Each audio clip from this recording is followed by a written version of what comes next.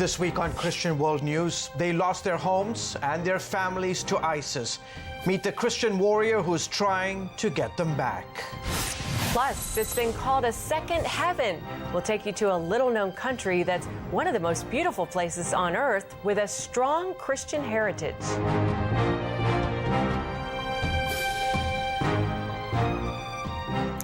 여러분 안녕하십니까? 크리스천 월드뉴스입니다. 북부 이라크에 사는 고대 민족 야디디족은 지난 수백 년간 무슬림들에 의해 박해를 당해왔는데요.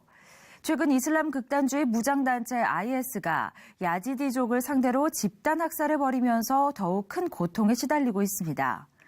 현재 IS 전선에서 불과 몇 킬로미터 떨어진 곳에서 야디디족을 돌보고 있는 한 기독교 단체가 있다고 합니다. 이라크 신자르에서 온 소식입니다. Mount Sinjar made international headlines in 2014 when tens of thousands of Yazidis fled into these hills to escape ISIS, carrying little more than the clothes on their backs.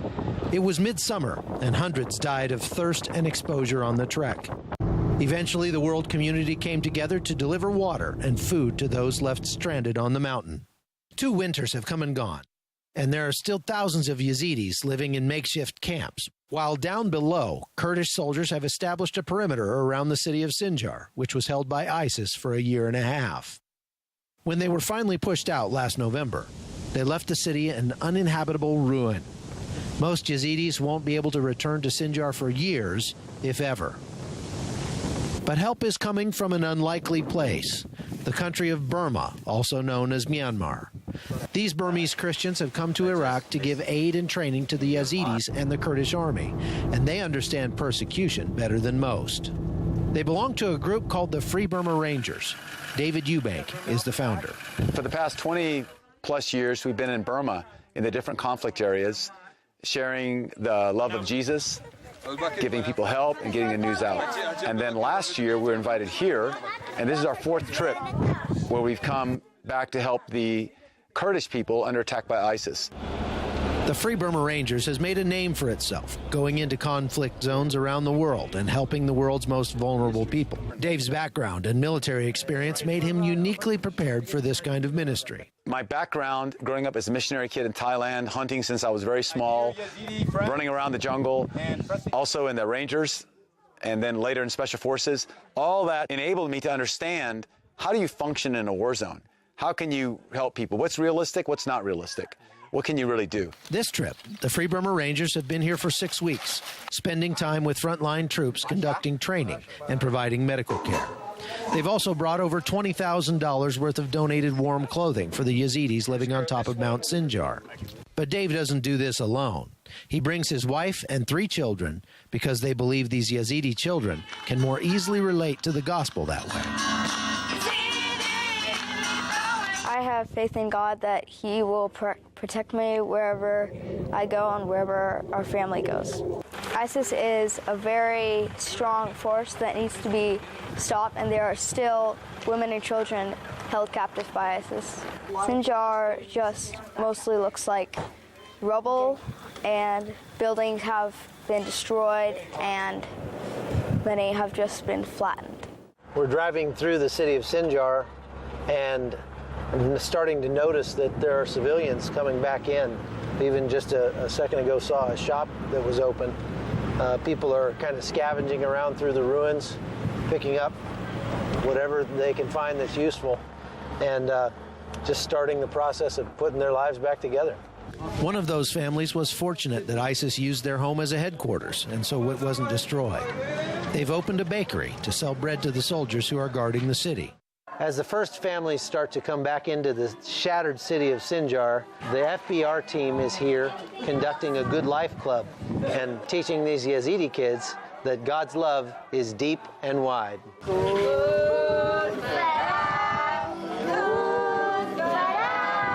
One man we met told us ISIS kidnapped his wife in 2014, and he hadn't heard from her until 3 days before this interview. She called to say she was being held in a prison in Ramadi and that ISIS was now asking for a ransom of $5,000. Before he could finish his story, his phone rang. It was his cousin, a 15-year-old boy, captured about the same time as his wife. The young man had been taken to an ISIS training camp in Syria and was pleading for help to escape. Everyone had thought he was dead. As ISIS is slowly being pushed out of Iraq, they're starting to try and ransom their captives back to their families. And despite the cost, these Yazidis are desperate to get their loved ones back. What would you do if your wife was captured 2 years ago with your baby kids? What would you do, really? I think you would move heaven and earth to go save them. And that's what we need to do. For the time being, Dave and his team are continuing to do what they can to shine the light of hope into a very dark place. Hello, infantry! From Mount Sinjar, I'm Chuck Holton for CBN News. 크리스마스가 되면 전 세계 기독교인들이 예수 그리스도의 탄생을 기뻐하죠. 성경은 처녀가 잉태하여 아들을 낳을 것이라고 말하고 있고 예수 그리스도의 탄생으로 이 예언이 성취됐다고 기록하고 있는데요. 하지만 사회적으로 세속주의의 분위기가 고조되면서 성경을 부인하는 이들도 있습니다. 이들의 주장을 반박하기 위해 전문가들이 모였습니다. 함께 만나보시죠. These days, many Christians, especially college-age students, find their faith in God and the Bible questioned, if not downright assaulted. Sometimes they'll have a professor that's going to outright challenge why they believe what they believe and say, look, what you believe is actually a fairy tale. Not so, according to 3 of the world's top biblical experts, who told CBN News there's good reason to have faith in your faith. The faith is very, very defendable. That's why it's lasted for 2,000 years. They point to how even respected non-believers wrote about Jesus. 16 total historians, apart from the scripture, everything else, that reference Christ. Almost everything about Christ we can find out without ever going to the New Testament. The fact is, surviving manuscripts we have for almost any ancient writings were produced hundreds of years after those original writings. Jonathan Morrow tells students at the Impact 360 Institute there's more evidence that Jesus lived than Julius Caesar, yet no one doubts Caesar existed. Also, a rule is the closer in time the writer was to events, the more likely his account is accurate. Peter, John, and James lived with Jesus. John said, what our eyes have seen, what our ears have heard, what our hands have handled is what we're declaring unto you. In other words, we were eyewitnesses. We were there. And Morrow points out Paul and Luke interviewed them and knew many others who witnessed Jesus' life, death, and resurrection. When you're doing history, you want early and you want eyewitnesses. And the gospel writers give you both.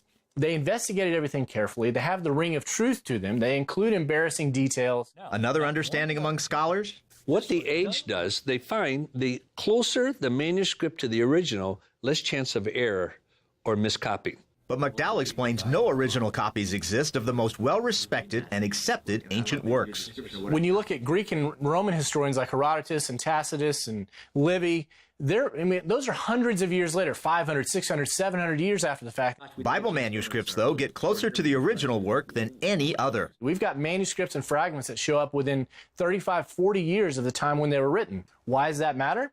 It means there's not enough time for error in mythology to corrupt the message of what's going on there. Second, the more manuscripts you have, the easier it is to reconstruct the original. Here, the surviving ancient copies or pieces of the Bible way outnumber all others. 66,420 some manuscripts and scrolls. McDowell says second place is Homer's The Iliad with just 1,800. We do trust Homer. How much more so should we trust the New Testament documents? With so many more copies, no surprise there'd be occasional errors. And critics claim there are some 400,000 mistakes or variants in the Bible. Well, 99% of those 400,000 or so number evaporate. Simple spelling errors, word order. Like Honor, Honour. But none of those texts that are in question affect any central teaching of Christian doctrine or practice. And Bach and Morrow explain to students many of the so-called contradictions in the Bible are just different ways of telling the same story. And difference does not equal contradiction. It's just difference. Doubters have a hard time believing that the Bibles we're reading today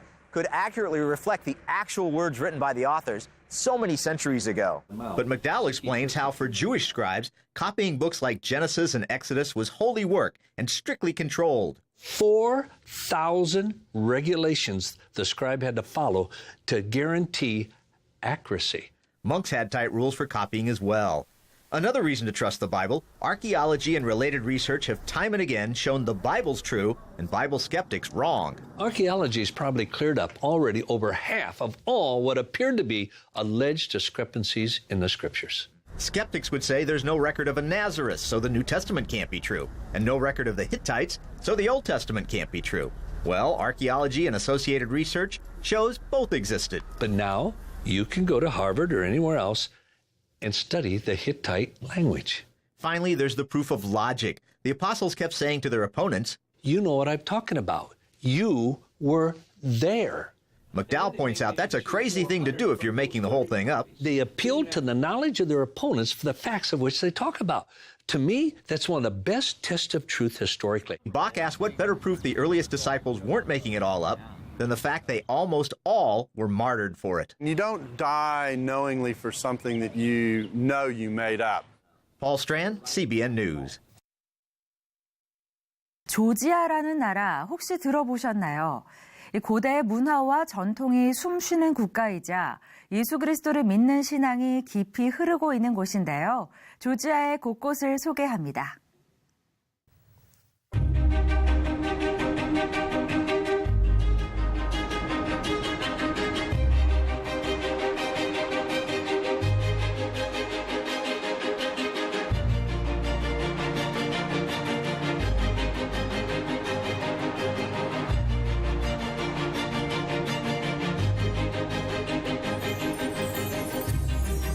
It was famed novelist John Steinbeck who, while traveling through the Soviet Union in 1947, referred to this land as a kind of second heaven. And it's easy to see why. Once part of the Communist Empire and often called the Riviera of the Soviet Union, the Republic of Georgia nestles between the Caucasus Mountains and the Black Sea. Turkey and Armenia flank its southern border. Azerbaijan is to the east, Russia to the north. Levan Vazadze is a Georgian businessman. I come from a very ancient, perhaps one of the most ancient cultures in the world. An ancient place where people speak a language that's over 2,000 years old.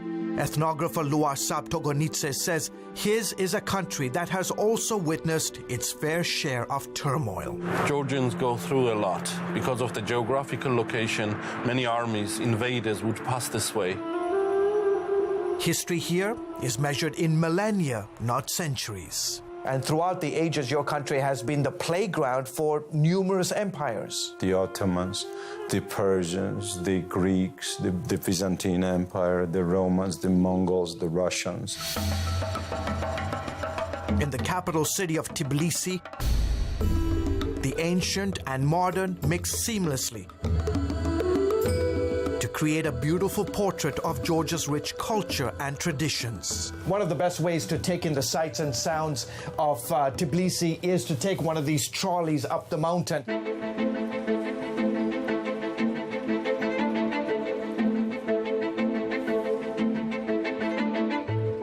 In filming these scenes of Tbilisi and stunning countryside landscapes, Georgian cameraman Georgi Shamazana said it best. Every time I travel in different regions of my country, I feel like I'm traveling through thousands of years of history. Georgians are legendary for their hospitality. They believe guests come from God and as such are treated with honor. Their food is simply out of this world. For example, you have this amazing dish, it's called khinkali, and the all-famous hachapuri. Friendship is highly valued in this society, and family is paramount. But if there is one thing many Georgians cherish most, it is their faith. Vasadze says Christianity, above all else, has protected and preserved his nation. The reason Georgia remained what it is, because our nation has a profound a feeling of responsibility to holding on to the eternal features of our national character, which by all means are rooted in the Christian culture. Georgia is one of the oldest Christian countries in the world. Its Christian heritage can be traced here to the small town of Mshketa. It was around 326 AD when a woman evangelist named Nino started preaching the gospel here. And where these two rivers meet, two main rivers of Georgia, there was a big baptism, and it's considered to be second Jerusalem for Georgians. It's a holy place. Christianity spread to the rest of the country and in about 10 years became the state religion. 5 crosses symbolizing Christianity's influence adorn the Georgia national flag.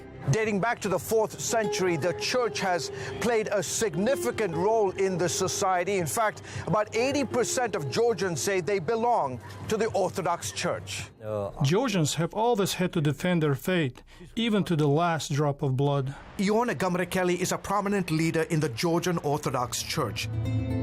He says over the centuries, many Christians became martyrs for refusing to renounce their faith. In 1226 alone, Muslim invaders beheaded more than 100,000 Georgian Christians. There have been numerous attempts by invading armies to force us to give up our faith, but we never back down. Ellen Kavlelashvili is curator at Georgia's National Museum. She has in her collection priceless manuscripts, rare Bibles, and other historical artifacts documenting Georgia's Christian heritage. Today, the role of Christianity is even more significant as we face new challenges. Kavlelashvili believes her country today stands at a crossroads, with the countries of Central Asia, Russia, Europe, and the Middle East all vying for cultural and religious influence. She says tiny Georgia must once again stand to protect her heritage. I hope Georgia's example of unconditional love and dedication to faith are a testimony to all mankind. People should realize that the absence of faith is disastrous for a nation. Christianity is how we survived in the past, and it's how we will survive in the future. 무신론자인 한 예술가가 어느 날 예수 그리스도를 만났습니다. 찰리 맥케시는 종교를 혐오하던 사람이었는데요. 하지만 하나님께서는 그의 눈을 열어 주변의 아름다운 것들을 보게 하셨다고 합니다. 런던에서 온 소식입니다. Charlie Mackesy has been described as a world-class artist, selling his artwork to the likes of Whoopi Goldberg and Sting. When did you discover that you had artistic ability? It's a good question. I mean, I think I probably knew that I could draw at school, but I think you need a reason to draw. He found that reason about 25 years ago in a London park. An atheist at the time, he says he had a feeling that there must be more to this than meets the eye. Jesus quietly introduced me to a journey into finding people really beautiful, which is how my art really began. Because I felt inside me he was going, look how beautiful is that guy sitting on that bench. And I would never have noticed him before.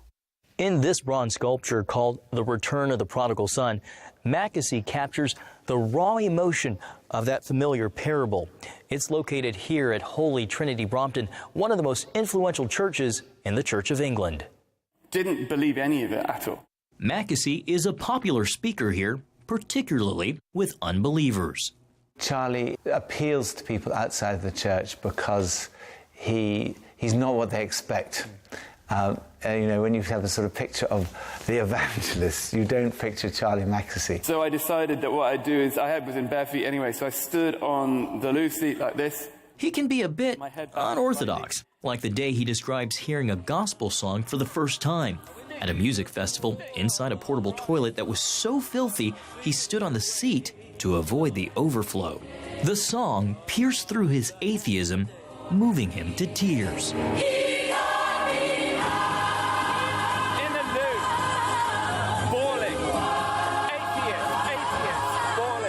And he's very humble, very unpretentious. He tells stories against himself. I didn't really know what had happened to me, but as I was feeling it, my left foot slipped. And I went up to here. While Mackessy's stories may not be for the faint of heart, he points out that those closest to Jesus, the disciples, could also be described as objectionable. I realized that they were naughty people, unreligious people, people who didn't really have a religious etiquette, who probably wouldn't be that welcome in church. I thought Christianity was be clean, come to church, be nice, don't use the F word, and you'll be accepted and liked, because that's the thing, it's a meritocracy. And if you want to belong, be a certain way. And he says, you're loved. You're loved as you are, covered in whatever it is, on the inside or out. I think he's the finest evangelist in the UK at the moment. People outside the church, I would rather take them to hear Charlie than anybody else in the UK. And he wasn't joking. That's completely ridiculous. This all comes as a shock to Mackessy, which is understandable given his life story. We had kind of religious things at school, and I hated it. We sang about God, but I didn't like God. I didn't think he existed, but if he did, I didn't like him. How would you have described or defined a Christian? Oh, someone who pretends to be good and judges people and believes in an invisible friend that they've created. After that strange yet profound encounter with Oh Happy Day, Mackessy moved to New Orleans, immersing himself in black gospel music and jazz. And I wanted to say to my friends, there's a spirit behind this that is incredible. It's so full of life. Look at it. Look at these people. Look what they believe. Look what it does to them. Mackessy sees his art foremost as a way to introduce God to the people he loves. Like Prodigal Daughter, for a friend who struggled with bipolar disorder. You know, if you try to explain in words like, oh, God loves you, or you're loved, they don't really carry any meaning at all. To be held is somewhere she always wanted. So I said, this is what God is like. Mackessy's art is also a record of God's presence in his own life. I really wanted to play the piano, but I was really rubbish. And for me, the angel represents the voice of God saying, I'm with you. I love you. We'll go there together. I'll help you with this. You're not alone. And this painting, simply titled Known. There was one day when I was on my bike crossing a bridge in London, and it lasted about 11 seconds. But it was this kind of, you're known, you're loved. This God exists and he loves you, he knows you, you're known, you're fully known, you're fully known. Warts, darkness. You don't have to pretend to be anything. John Jessup, CBN News, London.